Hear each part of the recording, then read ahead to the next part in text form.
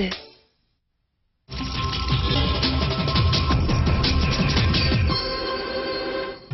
Madame, Monsieur, bonsoir. Dans l'actualité de ce lundi, on retiendra cette nouvelle escalade de la violence en Irak avec pas moins de 5 attentats suicides quasi simultanés ce matin à Bagdad. 42 personnes ont été tuées, 216 blessées. Pour la première fois, une de ces attaques visait le siège du Comité international de la Croix-Rouge. Vous verrez le reportage de nos envoyés spéciaux. Près d'un mois après la mort de Vincent Humbert qui avait relancé le débat sur l'euthanasie, la justice sort de son silence. Le procureur vient d'ouvrir 2 informations judiciaires contre la mère du jeune homme et le chef du service de réanimation où il était soigné. Le ramadan vient de commencer pour les 5 millions de musulmans en France. Nous suivrons une famille qui respecte ce mois de jeûne et de prière. Puis le lancement aujourd'hui du premier radar automatisé. Les premières contraventions seront envoyées à partir de samedi. 70 radars seront opérationnels d'ici à la fin de l'année. La saga posthume de la princesse Diana continue, sortie aujourd'hui d'une biographie contestée écrite par son ancien majordome. Le début du ramadan en Irak a donc été particulièrement sanglant aujourd'hui. 5 attentats suicides quasi simultanés ont fait, je vous le disais, 42 morts et 216 blessés. C'est un cran de plus dans la violence au lendemain de l'attentat qui avait déjà touché l'hôtel Rachid. C'est aussi un cinglant camouflé pour l'armée américaine qui tente de restaurer la sécurité dans le pays. Nos correspondants, nos envoyés spéciaux, Martine Laroche-Joubert, Gilles Jacquier. Premier attentat de la journée, une explosion vient de souffler le siège du Comité international de la Croix-Rouge. C'est la panique. Les policiers irakiens font de leur mieux. Les Américains arrivent sur place, bouclent la zone, mais constatent leur impuissance. Le quartier est dévasté, ses habitants sont sous le choc. Cet homme en pleurs nous raconte que c'est une voiture piégée, une ambulance qui a franchi le barrage et qui a explosé. Et que sa maison s'est effondrée sur lui. Des passants commotionnés sont évacués, mais les ambulanciers retirent des décombres, des morts et des blessés. Un carnage. C'est la première fois qu'une attaque est lancée contre le CICR en Irak. Les forces spéciales débarquent sur le terrain, les nerfs à vif. Malgré les mesures de sécurité, rien n'y fait, les attentats se multiplient. Dans les maisons les plus proches, soufflées par l'explosion, c'est la consternation ce premier jour du ramadan. On ne fait rien pour nous protéger, crie cette femme. Aujourd'hui, il faudrait prier Dieu, faire le ramadan, qu'ils aillent tous au diable, Saddam et les autres. 20 minutes plus tard, deuxième explosion, un commissariat de police. Ici, des Irakiens se trouvaient avec des Américains sur place au moment de l'attentat. Ça ressemble bien à une attaque suicide. Une voiture a passé la deuxième porte et a explosé, nous raconte cet officier. Une attaque suicide attribuée par les Américains à des combattants étrangers. Le commissariat se trouvait à côté d'une mosquée, une provocation ce jour de Ramadan. Le Ramadan devrait être un mois de générosité. C'est dommage, regrette le gardien. Écoutez, ajoute ce policier, il y a des explosions dans toute la ville et les blessés affluent dans les hôpitaux. Des hôpitaux débordés. En ce premier jour de Ramadan, Bagdad compte ses morts et ses blessés. De leur côté, les Américains se barricadent, des murs de béton transforment leur QG en forteresse. Et le calme ne semble pas revenir à Bagdad puisqu'une explosion a retenti en fin d'après-midi dans le centre de la ville. On n'en sait pas plus pour l'instant. Martine Laroche-Joubert, vous qui êtes sur place avec Gilles Jacquier, dans quel état d'esprit se trouve la population irakienne ce soir ?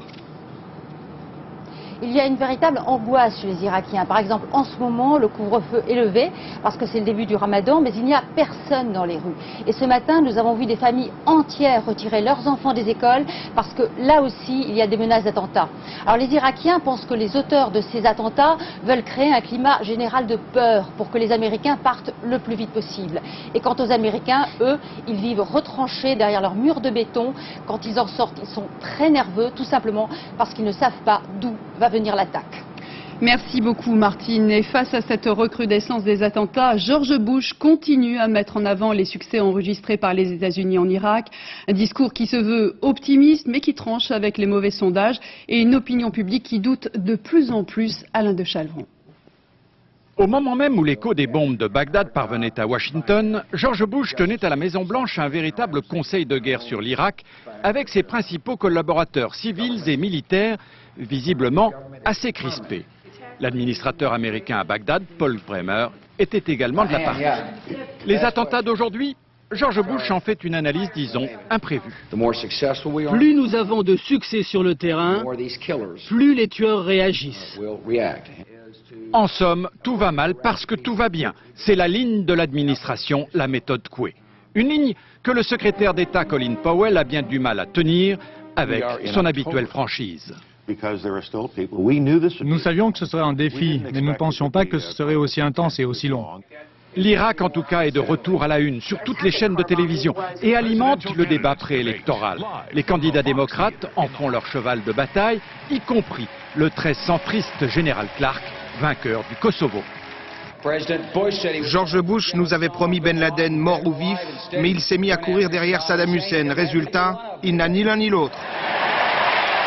Si l'on ajoute à cela qu'il y a eu ce week-end les premières manifestations importantes en faveur d'un retrait immédiat de l'Irak, que des amis républicains de George Bush parlent eux-mêmes d'un nouveau Vietnam, et que l'administration a toutes les peines du monde à obtenir l'argent qu'elle réclame du Congrès, on comprend mieux alors les visages crispés du Conseil de guerre de ce matin. Et qui est à l'origine de ces attentats? C'est bien sûr la grande question ce soir. Thierry Tuillier, on peut dire qu'il y a deux discours, ceux qui pensent que c'est l'œuvre des fidèles de Saddam Hussein et d'autres qui évoquent l'action d'étrangers. Alors qui faut-il croire? Écoutez, Carole, c'est vrai qu'on ne peut pas exclure que des fidèles de Saddam Hussein agissent, mais comme le disait tout à l'heure, devant la presse, ce général américain, des volontaires étrangers se sont bien infiltrés en Irak. Et d'ailleurs, aujourd'hui, un Syrien aurait été intercepté alors qu'il s'apprêtait à faire exploser sa voiture à Bagdad. Alors, l'Irak serait-il devenu le nouveau champ de manœuvre d'Al-Qaïda? C'est un peu tôt, franchement, pour le dire, mais les services de renseignement, notamment français, sont certains que ce pays est désormais une nouvelle terre de djihad pour les islamistes radicaux. Ils ont pu notamment constater que, venant d'Arabie Saoudite et plus encore de Syrie, quelques centaines, voire plusieurs milliers d'hommes ont franchi ces dernières semaines la frontière irakienne. Ils ne sont pas forcément rattachés à Al-Qaïda, mais l'objectif commun avec l'organisation de Ben Laden est de tuer le plus d'Américains possible, de médiatiser ses coups, on l'a vu, et de provoquer le chaos. Bref, les Américains font donc face aujourd'hui à une grande difficulté. La guerre contre le terrorisme, difficilement engagée en Afghanistan, se déchaîne sur un autre front. Et ce scénario-là, les Américains ne l'avaient pas prévu. Merci beaucoup Thierry Tuillier. Voilà ce qu'on pouvait dire sur ces attentats en Irak. Et puis aujourd'hui, George Bush s'est exprimé sur la situation très préoccupante des incendies en Californie. Il a promis une aide financière exceptionnelle. Il faut dire qu'en quelques jours, 13 personnes ont péri, des milliers de Californiens ont dû quitter leur habitation. Une situation sans précédent depuis 10 ans. Stéphane Bretner. Impuissant, il arrête le combat. Au milieu de cette mer de flammes, les pompiers se rendent à l'évidence. Le feu n'est plus contrôlable. Depuis une semaine, les villes de Los Angeles et de San Diego sont cernées par des foyers gigantesques. C'est le sud de la Californie qui est le plus touché. Les incendies sont parfois aux portes de la ville. Attisés par des vents de 80 km/h, ces tornades de flammes avalent tout sur leur passage. 800 maisons ont déjà brûlé, certaines en quelques minutes. Je me suis effondrée quand j'ai vu ma maison disparaître. C'est ici que j'ai grandi. À l'est de Los Angeles, sauf qui peut général. La menace est là, à quelques mètres. Rien à faire, les pompiers en sont réduits à arroser des ruines. Ça fait 45 ans que je suis dans le métier. Je n'ai jamais vu ça. C'est un feu énorme qui détruit tout, qui tue. Au moins 13 morts, 120 000 hectares détruits, et la situation ne risque pas de s'arranger. Les vents toujours aussi violents devraient souffler pendant encore 2 ou 3 jours. En Russie, c'est une course contre la montre et contre la mort que les sauveteurs mènent actuellement pour tenter de libérer les 13 hommes encore piégés dans la mine inondée au sud du pays. Des dizaines d'hommes continuent à creuser un tunnel qui permettra d'accéder aux mineurs. Mais le travail doit être achevé mardi matin car l'eau continue de monter très rapidement. Il leur reste une petite dizaine d'heures pour sortir ces hommes. À Montpellier, sans surprise, la réclusion criminelle à perpétuité a été requise aujourd'hui contre Cédric Bellec, ce jeune homme accusé d'avoir assassiné sauvagement sa famille d'accueil. C'était en décembre 2000 à Lunel. Le verdict doit tomber dans la soirée. Et puis, un mois après la mort de Vincent Imbert, qui avait relancé le débat sur l'euthanasie, le procureur a ouvert 2 informations judiciaires. La première vise la mère du jeune homme et la seconde, le chef du service de réanimation dans lequel il était soigné. Amaury Hibert, Karine Comazzi, Fabrice Dujardin. Il y a un mois, Marie Imbert sortait de garde à vue. Le point de départ d'une nouvelle bataille, affronter la justice pour expliquer son geste, avoir tenté de mettre fin au jour de son fils, Vincent. Tétraplégique après un accident de la route, Vincent demandait le droit de mourir et relançait le débat sur l'euthanasie. Aujourd'hui, l'avocat de Marie Imbert regrette que la justice vienne perturber ce débat. On a intégré le caractère tout à fait particulier de ce qui s'était passé, mais pour le reste, dans l'autre problématique que posait Vincent et ce qu'il souhaitait pour l'avenir, oui, sentiment qu'on n'est pas entendu. La justice aurait pu retenir une tentative d'assassinat contre Marie Imbert. Elle s'en tient à un simple délit, l'administration de substances toxiques. Même nuance pour le docteur Chossois, qui déclarait « C'est moi, pas Madame Imbert, qui ai donné la mort à Vincent ». Une responsabilité assumée qui aurait pu être qualifiée d'assassinat. Le procureur, lui, a retenu l'empoisonnement avec préméditation. Le procureur de la République a choisi celui-là dans la mesure où c'est celui-là sans doute qui laisse le plus de possibilités à la défense de plaider non pas les circonstances atténuantes, mais les faits justificatifs du geste que l'on poursuit.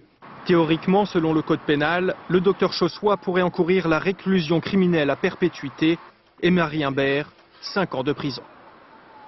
Il aura fallu 6 mois de filature pour démanteler un réseau mafieux de voleurs très organisé qui opérait dans les grandes surfaces et alimentait les marchés de l'Est. La technique était très au point. Elle permettait de neutraliser les systèmes anti-vol. Frédéric Vion, Dominique Mas. Un simple sac en plastique doublé de feuilles d'aluminium. C'est grâce à ce stratagème que pendant 2 ans, une bande de voleurs venus de Lituanie a pu dérober impunément articles de sport, lames de rasoir et autres téléphones portables au mépris des systèmes d'alarme des supermarchés. Une combine apparemment efficace et d'une redoutable simplicité. L'outil de base, c'est l'aluminium qui permet de confectionner ces sacs. Et ça permet donc de ne pas faire sonner les portiques? Alors ça permet de ne pas faire fonctionner les portiques quand les portiques sont réglés un peu faibles, ça ne détecte pas les codes barres. Sous la surveillance des chefs du réseau qui roulaient dans cette grosse berline, une dizaine de véhicules chargés de marchandises effectuaient sans cesse l'aller-retour entre le Nord et la Lituanie. Les voleuses, quant à elles, étaient parquées dans des hôtels bon marché et contraintes, sous la menace, d'écumer les magasins de la région. C'est une organisation mafieuse. Les personnes, les filles qui volaient, elles vivaient dans la misère. Fallait voir un petit peu dans quelle situation elles étaient. Elles étaient vraiment dans des situations précaires. De leur côté, les gérants de supermarchés le soulignent, le truc de l'aluminium n'est pas nouveau. Et il est aussi, heureusement, loin d'être infaillible. Si c'est bien réglé, ça marche quand même et c'est réglé par une société professionnelle qui fait des interventions régulières. Donc normalement, il n'y a pas de souci et c'est pas l'aluminium qui va empêcher les antennes de sonner. Le réseau lituanien a donc dû avoir beaucoup de chance. En 2 ans, il a dérobé pour près de 600 000 € dans les supermarchés de la région. Surpopulation, hausse des suicides, promiscuité. L'Observatoire national des prisons a dénoncé aujourd'hui, je cite, la descente aux enfers des prisons françaises. Alors quelques chiffres pour se rendre compte de la situation. Il y a aujourd'hui 57 573 détenus en France, ce qui veut dire que le taux d'occupation moyen est de plus de 125%. Nous avons recueilli le témoignage d'un ancien prisonnier. Il nous parle de cette promiscuité, mais aussi des problèmes de réinsertion qu'il rencontre depuis sa libération. C'était il y a 1 an. Fanny Auvergne, Mathias Barrois. Il est resté 13 ans derrière les barreaux. Pierre est sorti l'année dernière. Il a connu une dizaine de prisons. Au fil des années, ses conditions de détention se sont détériorées. C'est de l'empilage dans 8 ou 9 mètres carrés ou 10 mètres carrés. On met plusieurs détenus avec souvent un matelas par terre, des choses comme ça. C'est des conditions de vie inhumaines. Mais Pierre a aussi connu les prisons modernes, comme celle de Moulins-Yzeure. Il y est resté 6 ans. Le bruit, c'est infernal, mais c'est l'agression, la violence au quotidien. C'est-à-dire la violence des bruits de clés, des verrous qui claquent, des œilletons qui s'ouvrent très fort la nuit. Ça c'est une violence qui mis à bout, au bout des années, est très dur à supporter. Comment voulez-vous que des gens qui passent 24 heures sur 24 restent normaux? Quelque part, c'est normal que de temps en temps, il y en a qui pètent les plombs. Selon l'Observatoire international des prisons, plus d'un détenu sur deux souffre de troubles psychiatriques. Les prisonniers internés se sont retrouvés en détention normale avec des camisoles chimiques qui durent 3 mois ou 4 mois. Et quand la camisole chimique ne fait plus effet, c'est des dangers pour aussi bien le personnel que les autres prisonniers. Pour l'OIP, la réinsertion est difficile, car un travailleur social s'occupe de 100 détenus. Si je n'avais pas eu un noyau familial, je me retrouvais à la rue. Je me retrouvais à la rue, promis à une récidive rapide, tout simplement. Mais Pierre refuse d'oublier l'univers carcéral. Depuis sa sortie, il milite activement à l'Observatoire international des prisons. C'est justement pour éviter la prison à de jeunes délinquants que Dominique Perben avait lancé il y a 6 mois les centres éducatifs fermés. Des centres qui ont suscité beaucoup d'opposition et de critiques. Mais aujourd'hui, le ministre de la Justice a voulu dresser un bilan positif. Alors Agnès Gardet et Édouard Perrin se sont rendus dans un de ces centres pour comprendre l'utilité de telles structures. C'est cher pour des voyous. Trop cher pour des voyous. Les voyous, on les met en prison, enfin à mon avis, je crois. C'était en février dernier. Aujourd'hui, hormis cette banderole à l'entrée du hameau, l'émoi est bien retombé. Il faut dire qu'on a mis les moyens. Un double portail, un grillage de 2,50 m clôture les 2 hectares de terrain et toutes les fenêtres sont sous alarme. Ici, prévenir la fugue des délinquants est quasiment une obsession. Dès qu'ils arrivent chez nous, ils disent « mais votre truc, moi j'en sors quand vous voulez ». Et moi je leur dis « mais tu vas pas réaliser un exploit. Même moi je suis capable de passer au-dessus. Il n'y a aucun problème. Si tu sors d'ici, c'est la prison. Et nous, on n'a pas envie que tu ailles en prison. Donc on fera tout pour que tu n'en sortes pas. T'as pas envie d'être aidé? On a envie de t'aider quand même. Si tu essaies de t'échapper, on te courra derrière. Il est hors de question de te laisser partir. Denis, il est où? Il mange pas là, Denis.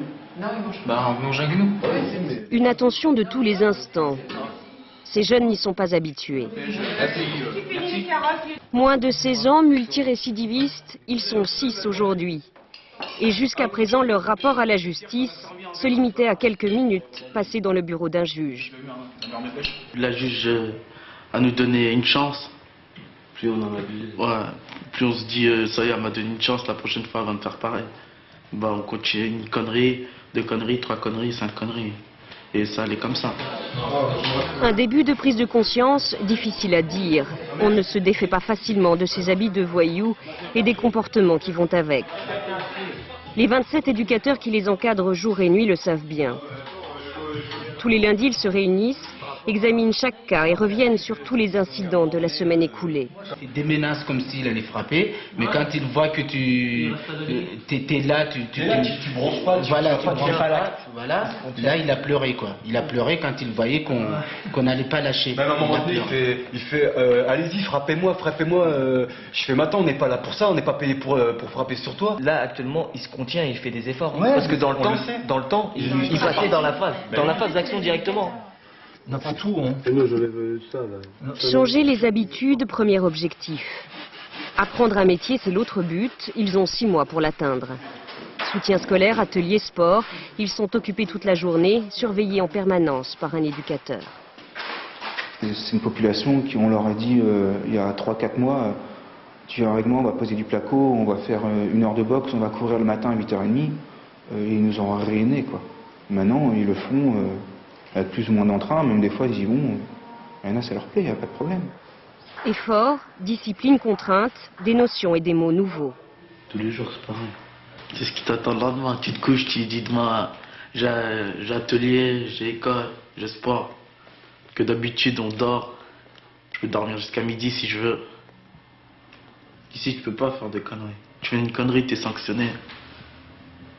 Voilà. Dans 3 mois, le premier jeune devrait quitter les lieux avec un stage en entreprise à la clé. L'heure du bilan pour ce centre éducatif fermé comme pour les 5 autres. D'ici à 2007, 60 nouveaux établissements devraient ouvrir leurs portes. Pour la première fois en France, le début du ramadan ne s'est pas fait en ordre dispersé. C'est le Conseil français du culte musulman qui a décidé que ce 27 octobre marquerait le premier jour de ce mois de jeûne et de prière. Le ramadan, c'est un des 5 piliers de l'islam, une période de piété, mais aussi de fête en famille et entre amis. Éléonore Gay, Michael Cario. Attablés devant leur bol de shorba, la soupe traditionnelle, ils n'attendent plus qu'un signal.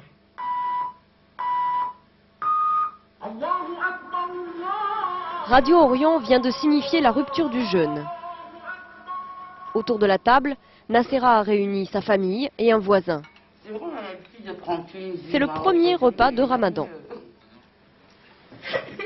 C'est un moment convivial et c'est un moment quand même, c'est là qu'on se sent quand même qu'on est des musulmans. Moi personnellement, c'est le mois de Ramadan que je sens plus musulmane. À part le Ramadan. Toute la journée, Nacera l'a passé dans sa cuisine. Des feuilles de briques, du tagine, aucun plat traditionnel ne manque au menu de ce soir. Et ça, on appelle ça le hamlahlo, c'est un plat de chez nous qu'on fait. Il est obligatoire le premier jour du mois de Ramadan. C'est obligatoire dans toutes les familles maghrébines. Moment de partage, le Ramadan est le 9e mois du calendrier musulman. C'est pendant celui-ci que l'ange Gabriel aurait dicté le Coran à Mahomet. Parmi les invités de Nacera, la plupart l'ignorent, mais tous savent que cette période est propice à la spiritualité et à la générosité. Vous êtes gavés? Peut-être tout à l'heure. C'est demain matin qu'on va voir la dalle. On se dit pourquoi elle n'a pas mangé tout ça hier? Ah, c'est vrai. Il n'y a pas qu'en France où les pratiques religieuses alimentent les débats. En Italie, depuis quelques jours, on se pose une question. Faut-il retirer les crucifix des écoles publiques? La justice vient en effet de donner raison à un Italien converti à l'islam qui protestait contre la présence de croix dans la salle de classe de ses enfants. Sur place, Gérard Grisbeck, Romain Potocchi. Un petit village paisible au milieu des Abruzzes. Image trompeuse car aujourd'hui toute la presse italienne a fait le voyage depuis Rome. La vedette, c'est cet Italien converti à l'islam qui a réussi à convaincre la justice de retirer les crucifix de l'école. Dans les écoles publiques, qui appartiennent à tous, on ne peut pas imposer un symbole religieux. Autrement dit, nous sommes revenus au Moyen-Âge. Et donc moi je lutte pour avoir le droit d'être traité comme les autres. Les crucifix, les voici. Il y en a dans toutes les écoles italiennes en vertu de 2 lois votées en 1924 et 1927 à l'initiative de Mussolini. Ces lois n'ont jamais été abrogées alors que depuis 20 ans en Italie, le catholicisme n'est plus religion d'État. C'est en s'appuyant sur le principe d'égalité qu'Adel Smith a obtenu gain de cause. Le directeur de l'école a 1 mois pour faire retirer les crucifix. Que l'on nous communiquera la sentence officiellement, on adaptera les mesures nécessaires. En attendant, on ne touche pas au crucifix. Malaise à la mairie, mais aussi au sein de la communauté catholique qui se sent agressée par cette décision de justice. C'est une grande tristesse, car ça retarde d'autant l'intégration de la communauté musulmane en Italie. La balle est maintenant dans le camp du gouvernement qui a le choix entre 2 mauvaises solutions. Soit il oblige le juge à changer de position et il ouvre une crise au sein de la magistrature, soit il accepte la décision de justice mais il provoque une crise entre l'Église catholique et la communauté musulmane. Et ce soir à 22h40, dans Complément d'enquête, Benoît Duquesne consacrera son émission à la crise que traverse l'Église catholique. Dans un contexte où les catholiques sont de moins en moins nombreux, eh bien en France, on assiste à la progression régulière des mouvements charismatiques. Laïcs et religieux tentent d'inventer de nouvelles pratiques religieuses. C'est un extrait du reportage de Nathalie Leluc et Vincent Bouffartig.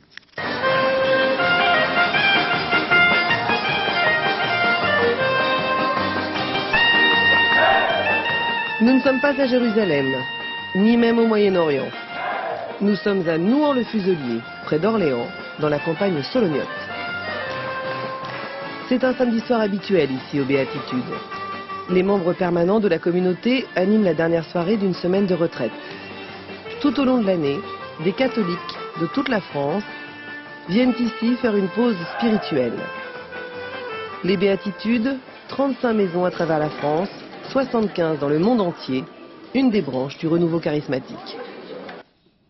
C'est sur cette terre en Poitou-Charentes que Jean-Pierre Raffarin a accueilli ce soir le chancelier allemand Gerhard Schröder. Les deux hommes doivent s'entretenir sur la coopération entre les deux pays via les régions et les Länder allemands. Le Premier ministre qui à cette occasion s'est exprimé dans le journal Le Frankfurter Allgemeine Zeitung. Jean-Pierre Raffarin s'inscrit dans la durée puisqu'il déclare, je cite, que son objectif est de réussir la législature de 5 ans. Et pendant ce temps, Jacques Chirac a entamé ses premières consultations sur le projet de constitution européenne. Il a reçu les responsables des partis politiques représentés au Parlement français. Alors, première à être reçue, Marie-Georges Buffet, suivie de Gilles Lemaire pour les Verts et de Jean-Pierre Chevènement. Il vient de s'entretenir avec François Bayrou, l'un de ses plus farouches détracteurs du moment. François Bayrou qui s'est déclaré favorable à un référendum. Les consultations doivent se poursuivre jusqu'à mercredi.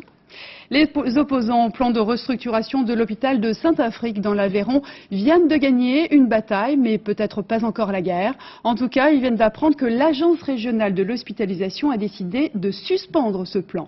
Il faut dire que les actions s'étaient multipliées. La dernière en date, l'occupation du chantier du viaduc de Millau par 400 manifestants au projet. Marie-Pierre Samitier.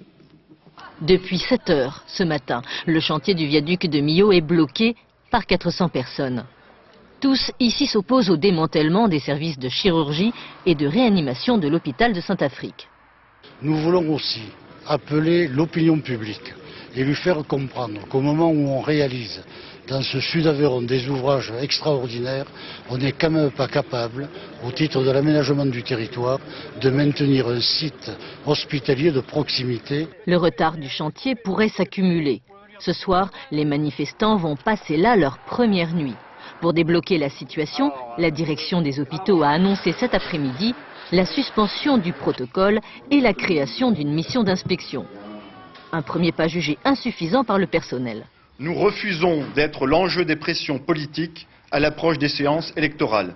Nous restons déterminés et nous demandons à la population de rester mobilisée. Les grèves de la faim, les opérations ville morte, les manifestations se sont multipliées ces derniers temps. Cet après-midi, les habitants de Saint-Affrique ont remporté une première manche. En revanche, l'apaisement qui semblait se dessiner vendredi dernier dans le dossier de la fermeture de la Comilogue à Boulogne-sur-Mer n'est plus d'actualité aujourd'hui. Réunis ce matin en assemblée générale, les salariés de l'usine ont exprimé leur mécontentement sur les conditions du plan social qui avait pourtant été négocié entre les syndicats et la direction. Résultat, l'intersyndicale a décidé de consulter cette semaine à bulletin secret le personnel de l'entreprise. Et en cas de désaccord, eh bien c'est la base qui va décider d'un plan d'action. Désormais, il faudra se méfier des boîtes de métal renfermant une caméra numérique et installée au bord des routes, car c'est parti, Nicolas Sarkozy et Gilles de Robien viennent de présenter le premier radar automatisé dans l'Essonne. Au total, 10 radars seront ainsi opérationnels à la fin du mois, 20 autres en novembre et une série de 40 en décembre. Les ministres ont assuré aujourd'hui qu'il n'y avait aucun obstacle juridique. D'ailleurs, les premières contraventions seront envoyées à partir de samedi. Julia Delage, Diego Garcia. Pour inciter fermement à lever le pied, un nouveau panneau gris et blanc, radar automatique. Dans certaines zones, il remplace les indications de vitesse. L'objectif, surveiller les routes réputées dangereuses 24 heures sur 24. Alors comment ça marche? Lorsque vous vous faites flasher, la photo de votre plaque d'immatriculation est envoyée dans ce centre où un policier constate l'infraction. Ensuite, votre PV et vos coordonnées sont transmises ici à Orly, d'où partira la contravention. Délai entre l'infraction et le PV dans la boîte aux lettres, 48 heures. Aujourd'hui, on est entré dans une guerre psychologique où on veut, faute de moyens, je dirais, jouer sur les consciences des automobilistes. Autre problème soulevé par certains avocats, est-ce légal? Le souci, c'est l'automatisation. D'après un texte de 1978, aucune décision de justice sur un comportement humain ne peut avoir pour fondement un traitement automatisé d'informations. Au ministère, on a déjà trouvé la parade. La loi qui a été votée par le Parlement permet de se servir de radars automatisés et numériques, donc nous sommes conformes à la loi. Alors quel recours? Ils sont peu nombreux, mais ils sont plus rapides. C'est le tribunal de police le plus proche du domicile qui est compétent. Mais de toute façon, avant toute contestation, il faudra d'abord payer le montant de l'amende. Ce sont les marins de la baie de Saint-Brieuc qui viennent d'ouvrir la campagne de pêche à la coquille Saint-Jacques. Une pêche très réglementée, à peine 45 minutes 2 fois par semaine, histoire d'éviter la surproduction. Vincent Fourcade. 11 h ce matin, les navires regagnent le port. Fin de la première journée de pêche à la Saint-Jacques. Les cales des navires regorgent de coquilles. La partie de pêche n'aura pourtant pas duré bien longtemps. L'année dernière on pêchait 1 heure, cette année on pêche 3/4 d'heure.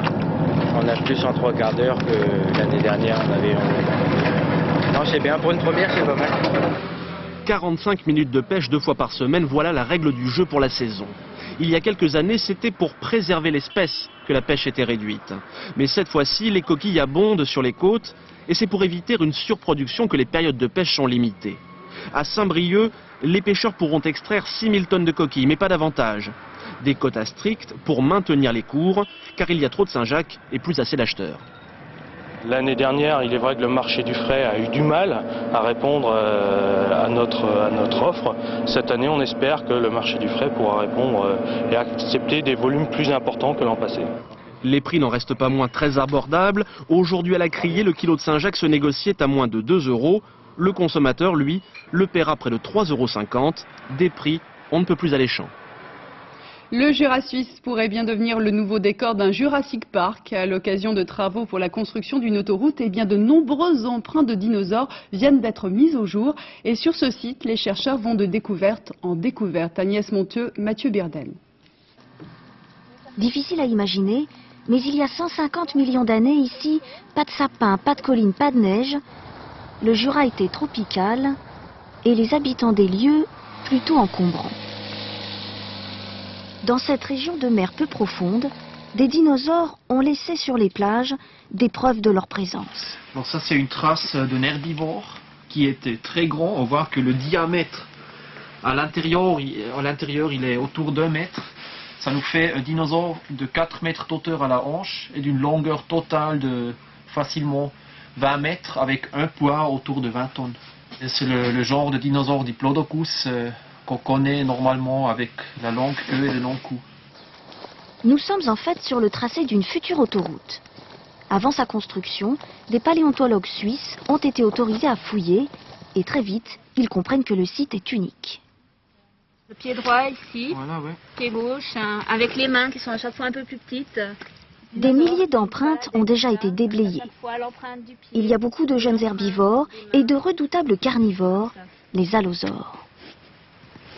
Alors les herbivores, comme on les voit ici, et les carnivores avec des traces tridactyles.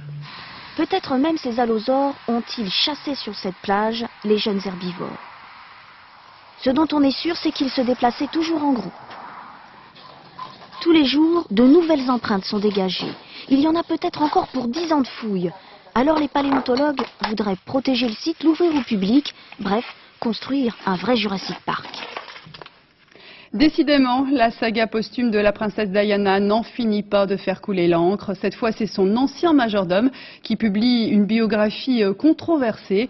Au passage, il règle quelques comptes avec une famille royale sur la défensive. Paul Burrell n'hésite pas à relancer la thèse de l'attentat en dévoilant des lettres écrites par Diana. Maryse Burgot, Dominique Marotel. 135 000 exemplaires en Grande-Bretagne, 1 million aux États-Unis. Tirage exceptionnel pour un livre à sensation, celui de Paul Burrell, ancien majordome de la princesse Diana. Le livre, promis à un gros succès, est sorti ce matin dans les librairies de Londres. Et si ces Anglais l'achètent, c'est parce qu'ils pensent qu'on ne leur a pas tout dit sur les circonstances de la mort de la princesse. Je pense qu'elle a été assassinée. Je n'ai jamais cru que c'était un accident. J'ai toujours pensé qu'il y avait quelque chose derrière ça. Depuis une semaine, les tabloïds britanniques publient avec délectation les bonnes feuilles du livre de l'ex-confident de Diana, notamment les extraits d'une lettre qui conforte les quelques partisans de la thèse du complot.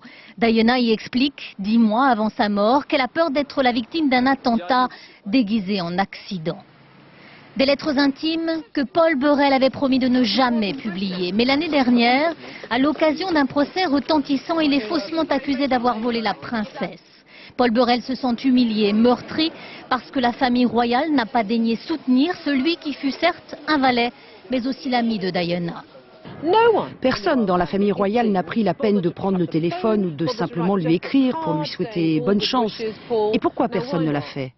La publication de ces lettres sonne donc aujourd'hui comme une revanche contre la famille royale. Les enfants de Diana, les princes William et Harry, accusent aujourd'hui Paul Burrell d'avoir trahi leur mère en publiant ces lettres. Ce communiqué sans précédent donne encore plus de publicité à ce livre qui rapportera certainement beaucoup d'argent à son auteur. C'est en Alsace, à Mulhouse, sa ville natale, que Jean Hélène repose désormais. 500 personnes ont assisté aujourd'hui aux obsèques du journaliste assassiné il y a près d'une semaine en Côte d'Ivoire. Beaucoup de collègues de Radio France Internationale participaient à la cérémonie. On apprend dans le même temps que le parquet de Paris a ouvert une information judiciaire contre X pour meurtre. C'est le félin préféré des Belges. Aujourd'hui, les Français apprécient de plus en plus l'humour et la dérision du chat créé par le dessinateur Philippe Gueluc. Pour son 20e anniversaire, l'École des Beaux-Arts de Paris lui offre même une exposition sur 1000 mètres carrés. Marie-Hélène Bonneau, Diane Richard.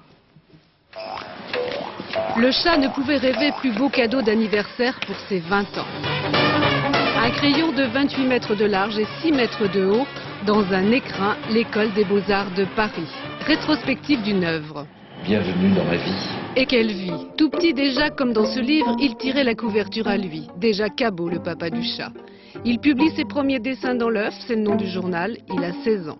Puis, le chat est né un 22 mars dans le journal Le Soir en Belgique. J'écris des petites pièces de 2 phrases et lui, il va les dire devant le public.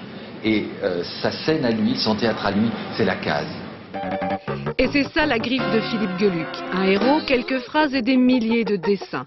Des mots pour raconter des évidences, détourner des situations, bref, amuser.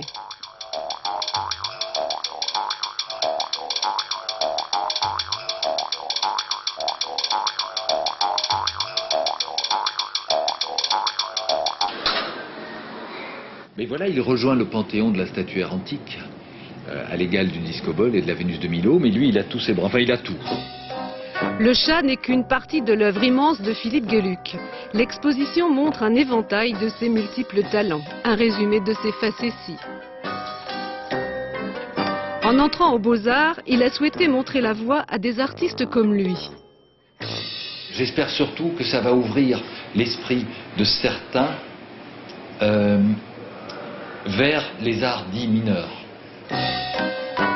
1000 mètres carrés d'humour. Plus de 100 personnes ont travaillé à cette expo pendant 10 mois. Le chat a réussi son entrée à l'école des Beaux-Arts avec mention.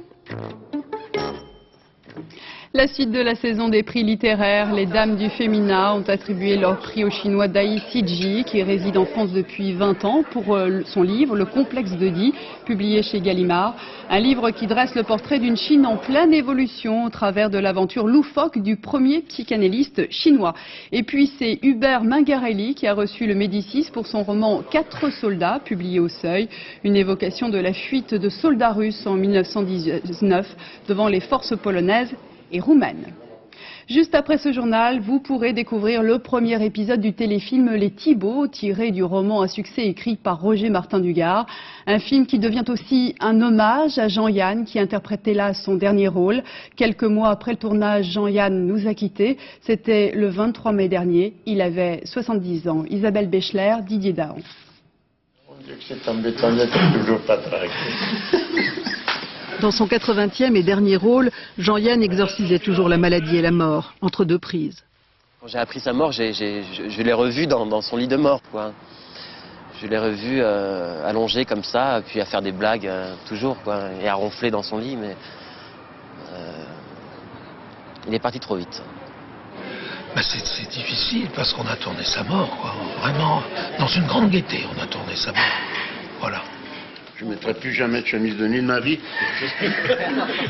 C'est la première fois que j'essaye.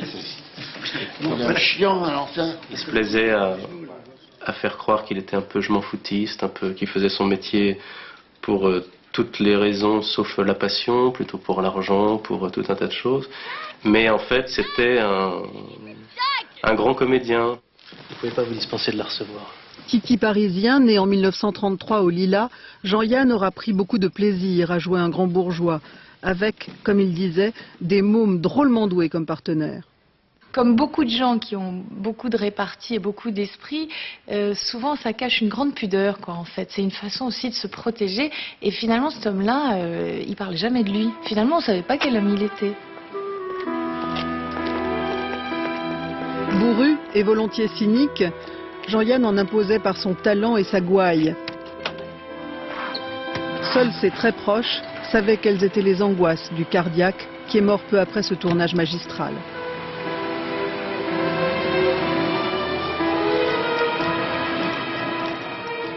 Voilà, un mot de football pour vous dire que dans la Liga, Zidane s'est illustré ce week-end dans le match du Real contre Santander. Il a marqué un but somptueux d'une reprise de volée, une volée presque aussi spectaculaire que celle qu'il avait réussi en finale de Ligue des Champions. C'était contre le Bayern de Munich en 2002. Voilà, c'est la fin de ce journal. Merci à vous de l'avoir suivi. Tout de suite, la météo de Patrice Drevet. N'oubliez pas, 20h55, le téléfilm Les Thibauts avec Jean-Yann. 22h35, complément d'enquête avec Benoît Duquesne. Et on se quitte sur ces images de l'inauguration en grande pompe du musée Picasso à Malaga, sa ville natale, par le roi Juan Carlos. 160 œuvres du peintre ont été léguées par sa belle-fille Christine Ruiz Picasso. Excellente fin de soirée sur notre chaîne. À demain.